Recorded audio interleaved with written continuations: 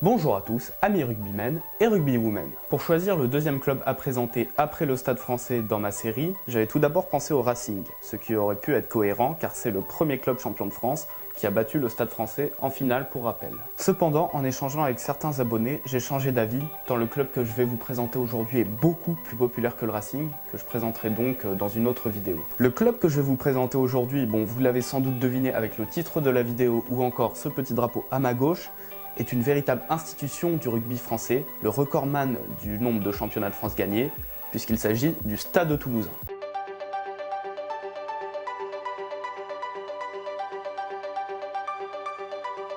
Le rugby arrive à Toulouse à la toute fin du 19e siècle et, comme dans de nombreux cas, introduit par les classes les plus aisées de la société, puisque les deux premiers clubs sont fondés par des étudiants. Il s'agit tout d'abord en 1897 du Stade Olympien des étudiants toulousains, suivi 2 ans plus tard de l'Union sportive de l'école vétérinaire.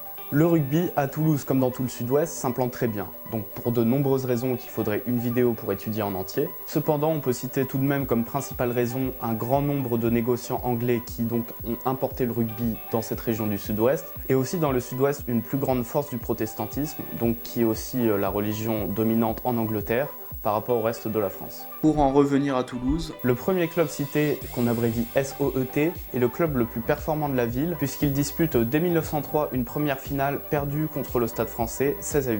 Ah, qu'il était bon le temps où on battait régulièrement le Stade toulousain. À la suite de plusieurs fusions entre les clubs de la ville, qui n'est pas forcément nécessaire de détailler ici, tant il s'agit juste d'une liste de dates et de noms de clubs qui fusionnent, le club prend définitivement sa forme actuelle du Stade Toulousain en 1907. En cette même année 1907, un certain nombre de notables toulousains, dont un certain Ernest Wallon, achètent un terrain pour y bâtir un stade, le stade alors des Ponts-Jumeaux, du nom d'un quartier de la ville du même nom. Ce stade durera jusqu'en 1980 avant d'être remplacé par l'actuel stade, le stade justement Ernest Wallon. En ce début de XXe siècle, période qu'on appelle communément la Belle Époque, le Stade Toulousain progresse et bien que perdant une finale encore contre le Stade Bordelais, gagne son premier championnat de France en 1912 en battant le Racing 8-6 en finale, score typique de l'époque. Ensuite vient une période de 10 ans où le Stade Toulousain ne gagne plus aucun titre, mais c'est pas forcément par manque de performance sportive, mais tout simplement pour cause de Première Guerre mondiale. Beaucoup de joueurs et anciens joueurs toulousains ont combattu pendant cette guerre, certains y ayant même laissé la vie. Cependant, certains s'en sortent, comme un certain Marcelin Lubin-Lebrère qui revient de la guerre avec un œil en moins. Mais cela ne l'empêcha pas de continuer le rugby, on raconte même qu'il avait une excellente vision du jeu. Après cette première guerre mondiale, le Stade Toulousain revient avec une excellente équipe, puisqu'il remporte notamment entre 1922 et 1927 5 titres sur les 6 disputés. C'est donc une période faste pour le club de la Ville Rose.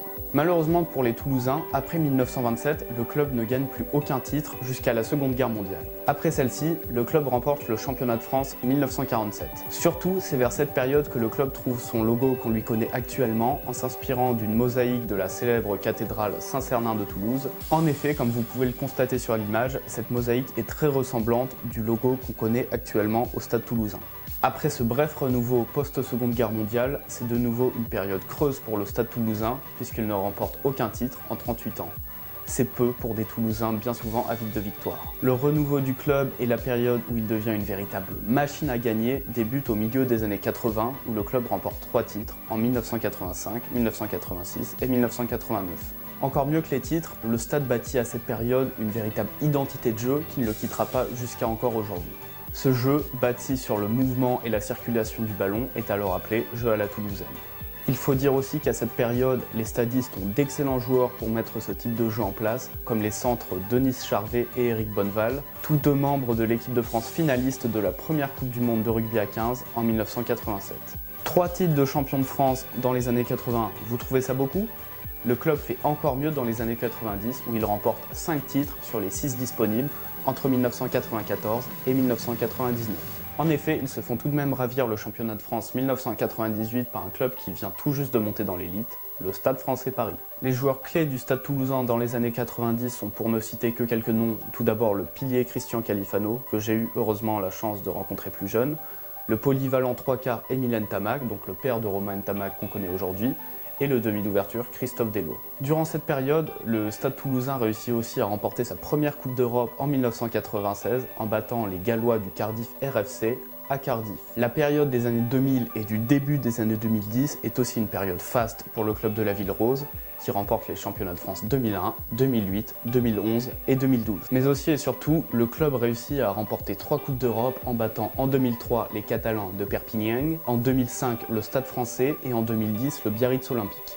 Bon, c'est vrai que dit comme ça, battre Perpignan, le Stade français et le Biarritz Olympique, ça fait pas très Coupe d'Europe, mais c'est pourtant le cas. Durant cette période, le club compte dans ses rangs des rugbyman d'anthologie. De toute façon, on ne peut pas gagner autant de titres si on n'a pas autant de grands talents.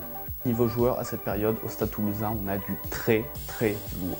On a en effet à cette période le seconde ligne Fabien Pelouse, recordman du nombre de sélections en équipe de France, le recordman du nombre de points en équipe de France Frédéric Michalak, l'ailier Vincent Clerc, recordman du nombre d'essais français en Coupe du Monde, le très solide 3/4 centre Yannick Josion ou encore le Dark Destroyer, longtemps capitaine de l'équipe de France, Thierry Dussautoir. Tous ces joueurs, en plus d'avoir été excellents au niveau club avec le Stade Toulousain, font partie dans l'équipe de France des meilleurs joueurs de l'histoire à leur poste.